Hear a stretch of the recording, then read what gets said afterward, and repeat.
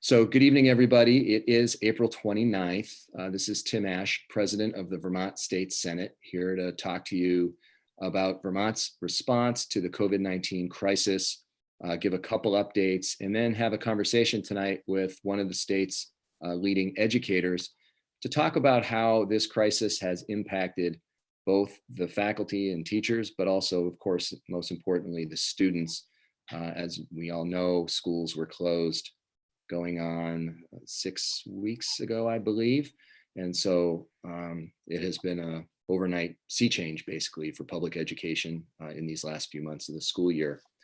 I want to begin with just two quick updates. The first is that today, Vermont reported 0 new positive tests of COVID-19, which is obviously the best report we can get in terms of positive tests. The number is well into the 800s at this point, and it's really quite striking when we look at the state of Massachusetts, one of our neighboring states that had, I believe, more than 2,000 new positive tests today, and 5 times the number of fatalities in one day attributable to COVID-19 than Vermont has had in the entire 7 or 8 week period. It does go to show that we're not an island. While the news in Vermont seems to be encouraging in terms of the progress we're making suppressing COVID-19, we obviously have very interconnected relationships to Massachusetts. And so we have to continue to be vigilant and make sure that we're controlling our own actions, but also managing our relationship with neighboring states and also with the province of Quebec. To that end, the other thing I wanted to briefly mention is that if you did not watch my discussion yesterday with Mike Pichak, who's the Commissioner of Financial Regulation, I hope it wasn't because you thought that a discussion with a financial regulation commissioner would be very boring. Mike is actually a very wonderful, down-to-earth presenter of information and is responsible for leading the state's forecasting and modeling under COVID-19. So many of the public health measures that have been adopted by the state of Vermont have been informed by the work that he has done trying to figure out what we could anticipate in terms of hospitalizations and acute needs in terms of ventilators, things like that. But importantly, he's also going to be at the fore of the number crunching that will help determine the extent to which we can ease our restrictions in the days ahead. Among the things that he will be looking at is compliance with the existing orders that have allowed people to start slowly resuming work. And I have been observing, as has the governor, too many people who are out working under the new permissions who are not wearing masks and who are not socially distancing. And while for some it may seem like an inconvenience to wear the mask, for others they may not be accustomed to having to be vigilant about a 6-foot separation between coworkers who might be doing outdoor construction work, or painting, or landscaping. The short story is, if we do not see the kind of adherence to the public health orders, what it will mean is we're going to be more likely to see a return of a rise in infection rates, and it will mean that the governor will probably have to move slower in terms of allowing normal activities to resume. So I really can't emphasize strongly enough the need for people to really stick to the state of emergency orders, which require that employees are wearing masks in virtually every situation. So there's my, I guess, my lecture of the day, but it really is important to protect both yourself and the general public. So with that preliminary out of the way, I'd like to introduce Jason Gingold, who's the director of the Randolph Technical Career Center, Rtcc, in Central Vermont. So welcome, Jason. Thank you. Thanks for having me. Well, Jason, one of my parents is a lifelong educator, and I've come to have a deep appreciation for teachers in general. But I can only imagine what this whole experience has been like, especially coming as it did in the middle of the school year. It's not like everyone could gear up over the course of the summer and have their curriculum ready. But before we turn to how COVID-19 has affected Rtcc, you, your students, staff, Tell us just a little bit about Rtcc, just to situate us before we get into a discussion about how things have changed. You bet. So Randolph Technical Career Center, we're located centrally in Randolph. We serve 4 main high schools in the Orange County region. So Williamstown, Northfield, White River, and Randolph High School. We get a few students from U32 as far as Harwood and Lamoille. And we have 11 programs that students come to us, 11th and 12th graders, to develop a career in college pathway. And so that could be from automotive and diesel, advanced manufacturing. We're starting an electrical program next year, culinary arts, education, health careers. We really take a good look at our local region and their economic needs, and then we have those programs in place to best serve our communities.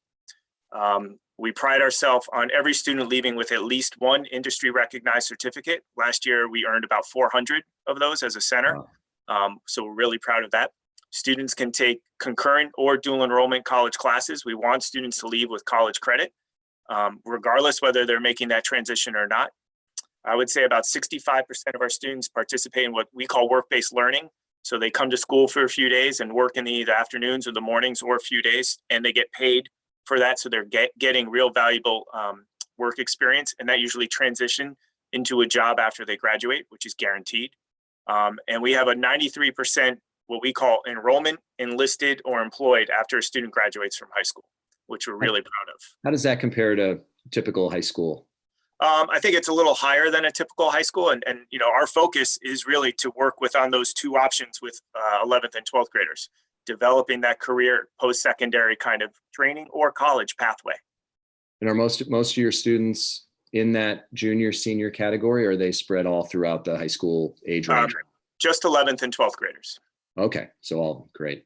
Yep. So, obviously, you're not immune from the news in the world. And while we were in the State House starting to learn about what was happening in China, then in Italy and Singapore, all over the world, then we started seeing news out of Washington State, and we started to hear trickles, little population centers that would have some positive test cases, and we were, most Americans started to wake up to the fact that it was on our shores.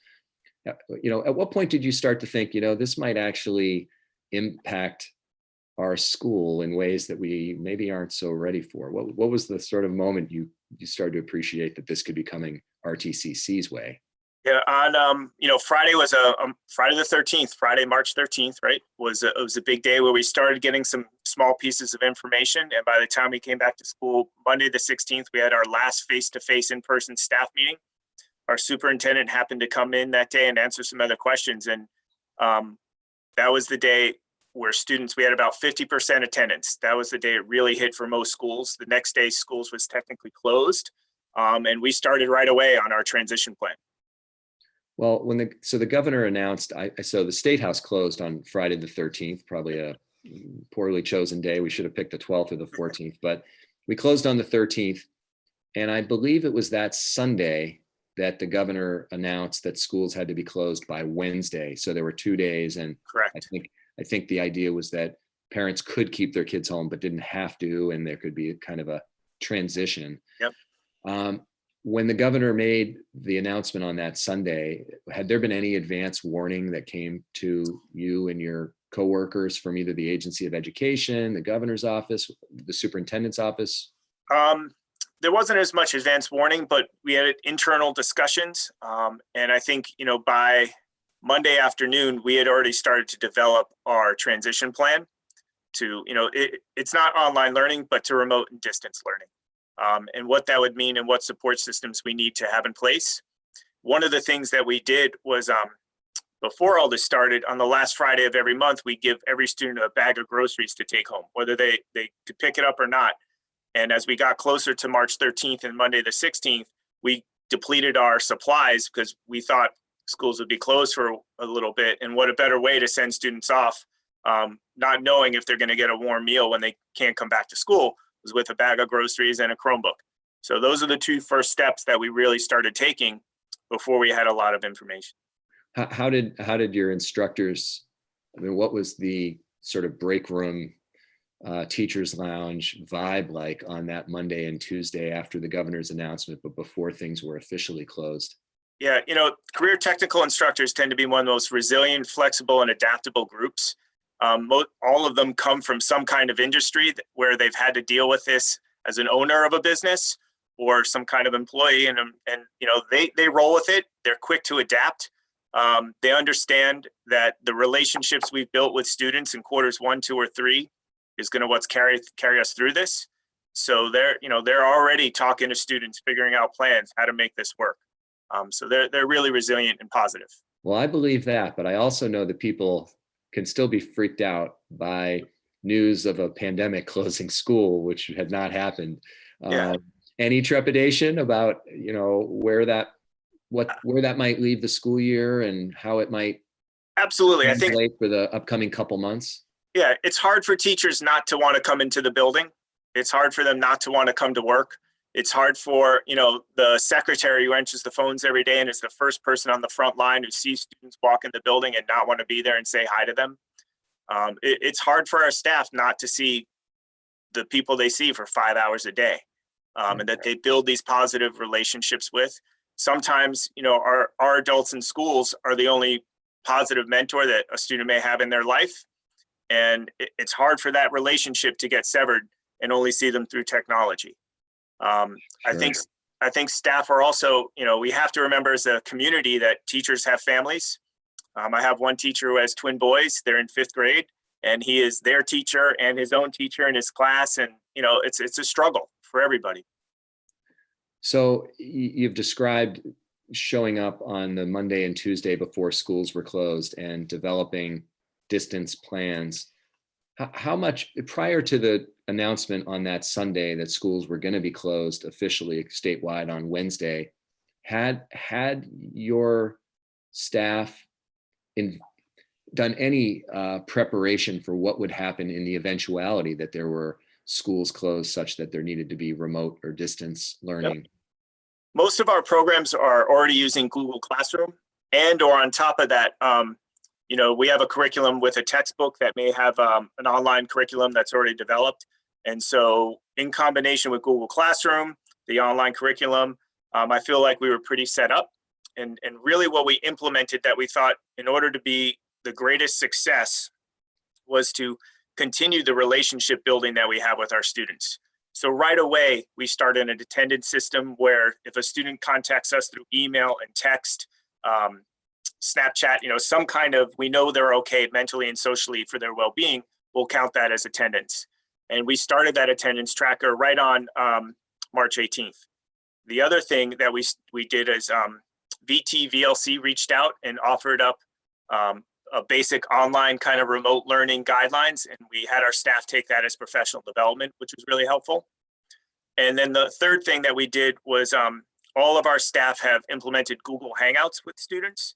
And so it's a way for this class to meet. We don't have a formal advisory, but it's a way for this class that, 12 students, 16 students that see each other 5 days a week, 5 hours a day, can get back together and make sure everyone's okay, as on top of do their daily lesson. So those things we started right away that helped us dramatically. Well, so it sounds like the use of certain technology in the classroom was able to transition fairly, not seamlessly, but without too much disruption. And we started our systems, as we were giving out Chromebooks, we kept that. We wanted to know if students took home a Chromebook, do they have internet? We used all the resources that we get from the AOE on those daily memos from the superintendents and from the Secretary of Education. So automatically we were emailing out students and parents ways to get internet. We have phone trees set up. A lot of those systems we already had in place throughout the school year of how to communicate. And we mailed homework home. We set up packets. We'll deliver all sorts of things. What is the situation for your student population in terms of internet access at home? What's the general characterization of how that has been a help or a hindrance? Yeah, we're a rural community. It's been helpful. But, I think we also have to take a step back and remember just because there's internet doesn't mean everyone is tech savvy. Right. Doesn't mean that parents are tech savvy, and not even every kid is very tech savvy. And so we hear a lot of stress from students that they're getting too many emails every day. It's too much all at one time. And so we're really trying to now to slow that process down and parse it out for them. And some students are better at paper, and some students are better at listening, and some students are better at watching. So we're really trying to meet all of their needs at the same time. I won't tell you which one of those attributes I had, if any, but we'll save that for another day. Have any of your teachers been impacted by COVID-19 themselves? Meaning, has there been any issues with staffing your distant learning program that you've switched over to as a result of this virus? We're very fortunate. No one in our building's been sick. We have one staff member who's been sewing fiercely and donating masks. We have a couple students who've been sewing fiercely and donating masks. We have a culinary student from our culinary program who's working with our food service department for the whole district and helping give out those 500-600 meals every day. So luckily our staff families, their extended families, are all safe as well. Well, that's certainly so great. we're grateful. It would be very difficult for us to all of a sudden find a sub for one of our program teachers to continue that learning. Yeah, I'm imagining that at a technical career center, the course offerings don't lend themselves as easily to cross training. If you're in culinary arts, it's not so easy to do law enforcement instruction. Exactly. I'm winging it here with my knowledge of our local tech center. How would you say the students in general have responded? Obviously, there's tools that you've described, like checking in by email or text or Snapchat or some way to show that they're okay and communicating. That's obviously a limited check-in for attendance purposes. But what's your realistic sense about how they've responded, whether they're feeling like it's a comparable experience getting an education, whether their morale is up, those kinds of things? Yeah, earlier, I do think we're lucky that this happened in March and not September or August when school started. It's a lot harder to build trust in student relationships through technology in the beginning of the year than when you have 3/4 of the year done. We can do different things. Our students in general are, especially the seniors. I have a senior in high school myself. They're despondent. They're sad. They're stressed. They're depressed. Some of them that already come from traumatic backgrounds. This is just compounding that for them. Some of their parents have lost jobs, or their families are sick, and they feel robbed of their last spring. There's no spring play. There's no spring sports, or as of yet. Right. And so it's really hard for them to digest that. We sent out, my guidance counselor did a fantastic job and did a video on grief for students and their families so that they can understand some of this process. But it's really hard for students to understand that, one, if I'm not in school, you're asking me to do school, but also for them, it's hard to justify the things that have been taken away from them. And so we're working really hard. We're waiting for that May 8th announcement from the Agency of Education to tell us about how we might be able to hold graduation ceremonies, or at least recognition nights, and celebrate these seniors and the juniors and all the work that they've done this year. There's going to be a real need to bring closure to the final year for many students. And I almost feel like, I don't mean to, I wish the Agency of Education were a little more proactive in communicating that even if it's going to take some time, there will be an in-person graduation, even if it's at an unusual time of the year in light of what we've got to, protect ourselves against. And, obviously some things have been written off. School sports, it's just impossible to fit a whole season into a couple weeks if that was even safe. But a graduation ceremony, that's something no kid really should miss as a milestone, even if it's going to be delayed. But for all the people who do not either have a kid at a technical career center or who harken back like I do to the tech center near where I grew up, often think that it's very hands-on. You're using gadgets, computers, very manual processes and manual learning. Um, it- Tell us a little bit about how you think that translates into the distant setting. Is it possible to provide the same kind of instruction without being in the physical location that they're Yeah. typically in? Well, many of our students come to us in the first place because they say they're hands-on learners, right? So that, and again, that's another reason why students are a little despondent that this isn't exactly what they signed up for.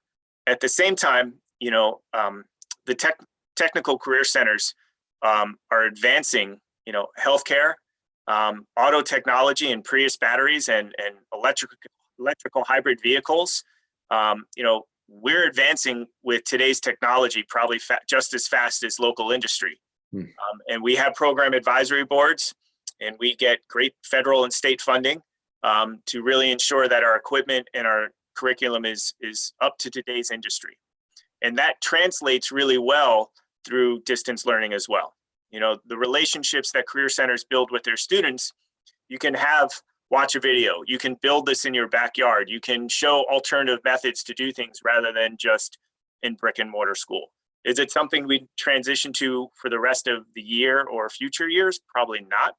But there are pieces that can happen online as long as that relationship with the teacher is stable enough to, the teacher has to be creative enough to make sure that those learning standards are getting taught.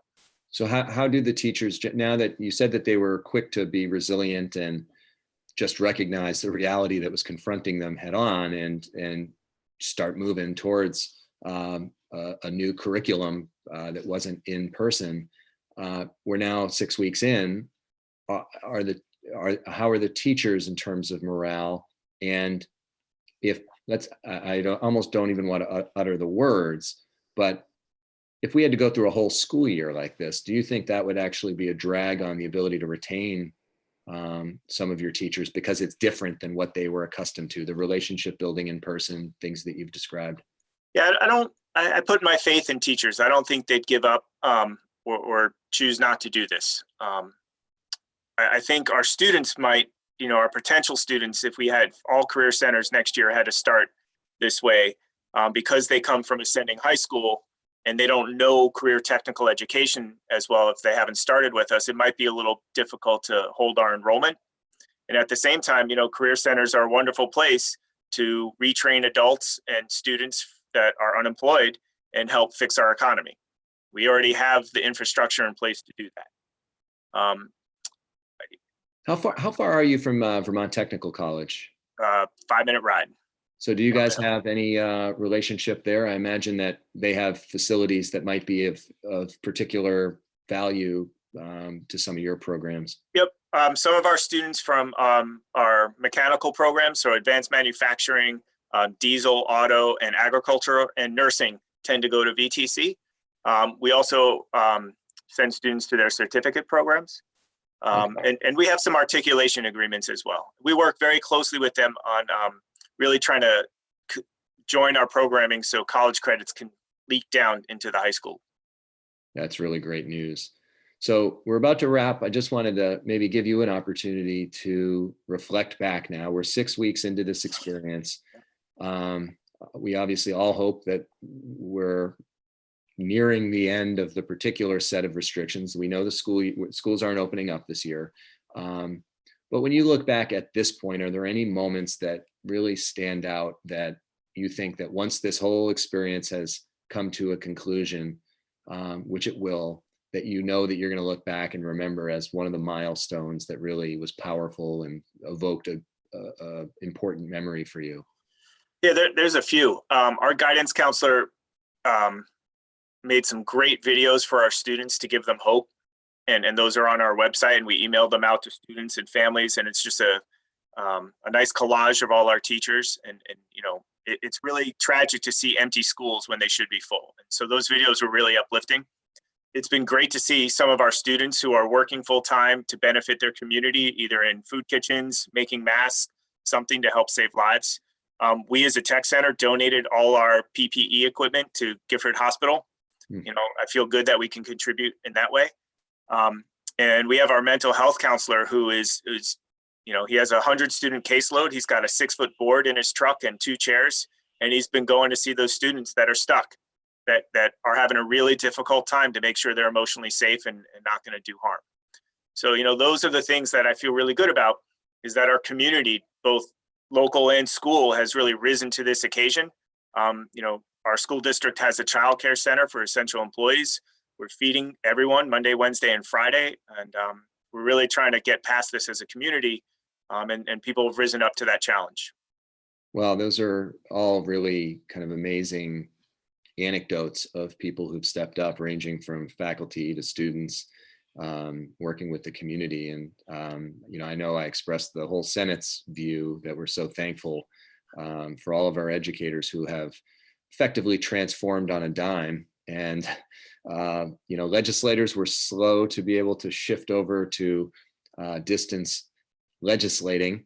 I'm glad to hear that distance educating was able to happen in your neck of the woods more quickly and successfully, and that you're doing everything you can to make sure students' broader needs are being met too. I think that's one of the things that people who have not been in school for a long time fail to understand, the additional demands that are on many of our public schools now in terms of a variety of human service needs that are in addition to the core educational instruction. And so I think what you've described is a combination of both, making sure they're still going to be ready to go out and either advance their education or go right into the workforce and probably get higher paying jobs than I've ever had, but also making sure their mental health needs are met. And I think we can all appreciate why that would be particularly important right now. So thank you so much for sharing some insights, and I hope you'll extend that to your staff. Absolutely. So appreciative. Thank you. So we're going to wrap for tonight. I'm going to be back tomorrow at 5:30 with Rihanna Kendrick of Groundworks in Brattelboro, which is a shelter for people who are homeless or transitioning in or out of homelessness. And they're in Brattleboro. And what she's going to really be able to share with us is how COVID-19 has put particular stresses on homeless populations, people with housing insecurity, especially as it relates to kids during this terrible time, and how they're having to be so flexible to make sure that people are both have a roof over their head, but also are safe when that's happening. So I hope you'll join me tomorrow at 5:30, and then I'll repeat my lecture from the beginning, which is to make sure that you follow the governor's order to wear masks when you're working under the new allowed economic activities. The more failure to compliance that people observe and report to the governor means that it's likely that we will be slower to ease the restrictions and putting more people at risk. So the governor, I know this governor very well personally. His goal is not to unnecessarily keep businesses shuttered. So we all have our part to do to keep people healthy and safe. But by complying, it also sends a message that we're ready to ease slowly back into more normal activity. So with that, I'll end my lecture redux and encourage you to all continue to stay safe. Good night.